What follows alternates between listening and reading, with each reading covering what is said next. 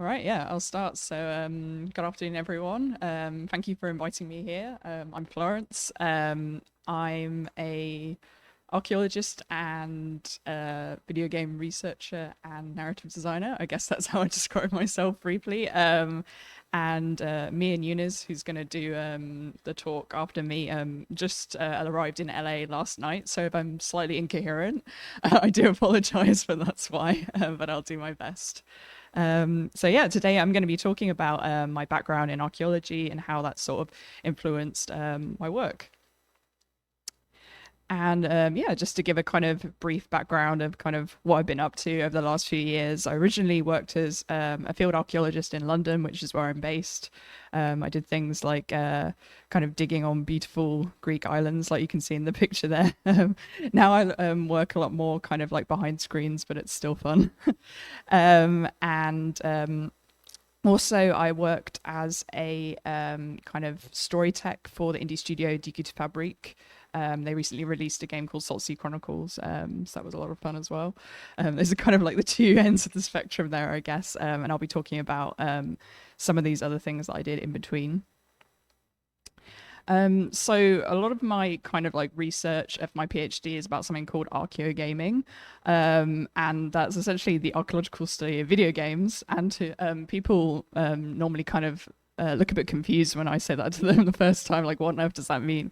But essentially, I like to kind of break this down into three categories. So you can look at how sort of like heritage and archaeology is represented in games, and of course, a very famous example of this is Lara Croft.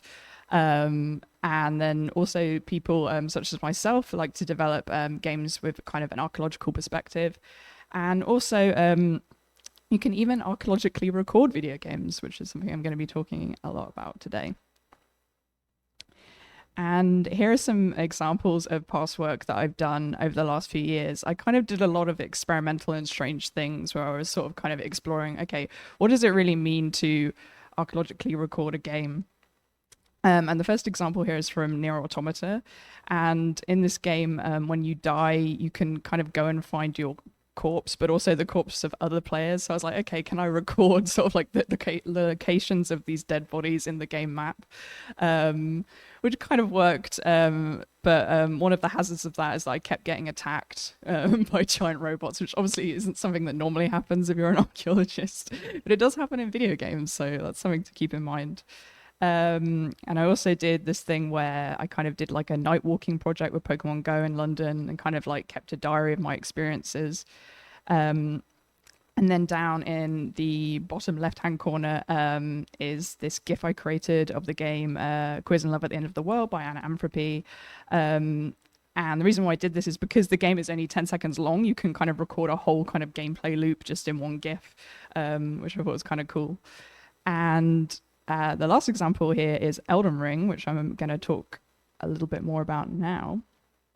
So I did this project where I tried to record the locations of bloodstains and messages in Elden Ring. So if you don't know, kind of when you're in the online version, you can kind of leave behind messages for other players to see, but also the game will kind of like track where people died. So if you touch a bloodstain, it will show you kind of like the last 30 seconds of gameplay before someone died.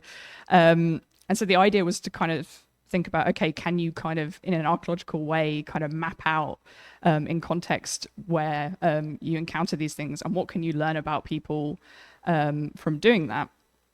One example I've got here is from this corridor, and you can see that someone's left a message which says be wary of up, because there's essentially like this imp around the corner that will come and like attack you. And it's quite like, for a game like Elden Ring, which has a reputation for being like, you know, kind of maybe hardcore, it's kind of nice actually to see the evidence of players trying to help each other. It's like, yeah, look up. There's going to be something that's going to try and kill you. And then another example of something really interesting that we found from this is, kind of looking at these bloodstains are kind of the last 30 seconds of play. In Elden Ring, you can kind of equip like different kind of items, and there's this kind of concept of fashion souls, right? People will dress up and try and look nice in Elden Ring. And what we found is that even in kind of this very like early game area. You had evidence of people having very rare kind of late game kind of gear, like this fingerprint stone shield.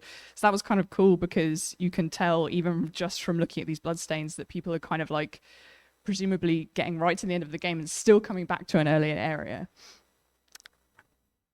And now I'm going to talk about something completely different I did, which was a placement at the British Library in London. And of course, the British Library is mostly concerned with kind of like collecting lots of books.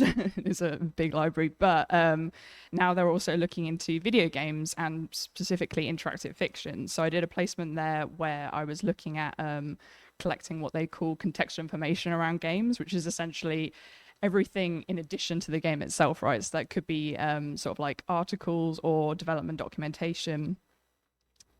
And the idea of that is to kind of like provide for context around kind of like a game, especially if you can't access it anymore. So I was kind of like looking into all these different things, including video capture of gameplay. And that's relevant because the British Library just had an exhibition which was about digital storytelling, and they asked me to basically create some kind of like short videos for their exhibition in order to kind of give context for sort of like the main gameplay mechanics of different titles, including Nicholls 80 Days, which you can see here. And kind of the challenge with that was to really record sort of like, the main mechanics and themes of that, but only within 2 minutes, which is quite a hard task to do because they wanted to kind of like give a broader context for the game within the exhibition itself. And here's a picture of what the exhibition looked like in the end. You can see 80 Days, and there's sort of like the gameplay footage on the screen, and that's my dad looking at it as well. And sort of returning back to my main sort of PhD project, what I'm looking at is something that I call generative archaeology games. And the idea behind that is that games that have procedurally generated content, so content that's created algorithmically, can be potentially kind of interpreted archaeologically if you look at it in terms of environmental storytelling, and then even recorded through various different ways, such as streaming, photography, map making, which themselves are all kind of like existing game mechanics, right? So I'm like really interested in kind of exploring this space. And the case study I'm kind of been looking at is a game I've been working on with my supervisor, Mike Cook, called Nothing Beside Remains. And it procedurally generates a ruined village each time. And here's an example of how sort of we use sort of replacement grammar to kind of mix up sort of the text in game. And yeah, as you can see, it's quite an abstract sort of game with like these ASCII symbols, very much like a roguelike. And really, there's no kind of end goal to the game. It's just about exploring and figuring out what you think might happen in that place. And something that we experimented with is putting in like an object that seemed kind of out of place and seeing if people would react to it, right? So a lot of the technology seems kind of, to generalize, kind of older, but we put in a pocket watch as kind of like this singular example of something that was mechanized, just to see if people would pick up on it and think, oh, why is that there? Like, in terms of trying to interpret what happens to this place. And what we found was that even with, you know, this very kind of like abstract symbol of a pocket watch, we got all these kind of like this massive range of different interpretations from players that we surveyed. And they kind of really picked up on this idea of, it seems out of place and maybe someone else came before me. Maybe there's some kind of other explorer, right? They were already thinking of all these theories just from like very limited information. Like maybe there's another archaeologist, or, you know, something's happened and why has someone left this strange object here? And this GIF shows kind of, we also, as part of this online survey we did of players, we also tracked like their maps through the Nothing Beside Remains as well. So you can see this is kind of showing like the routes that everyone took, which is interesting in that actually kind of people went everywhere. It's kind of, you can see the range of different routes people took around the village, and I just kind of like it because it looks cool. And another thing we did, kind of exploring people's own kind of interpretations of the game, is ask them to basically just draw a map of what they found. And this is an example of someone who just kind of went wild with it. You know, you saw on screen before, right? There was just this little like at symbol, and they've now created this like character out of it, and sort of like a whole kind of illustrative scene, which I really like. And just to end this talk, so over here, me and Eunice were on a United flight, and we became obsessed with this game called Ball Defender. And so I just wanted to end with that because we liked it, and also because it made me reflect on, you know, the choices you might make in terms of thinking about how do I record a game, right? Do I want to record my high score, my friend playing it, or something else? So yeah, that's my ending slide for the day, and thank you.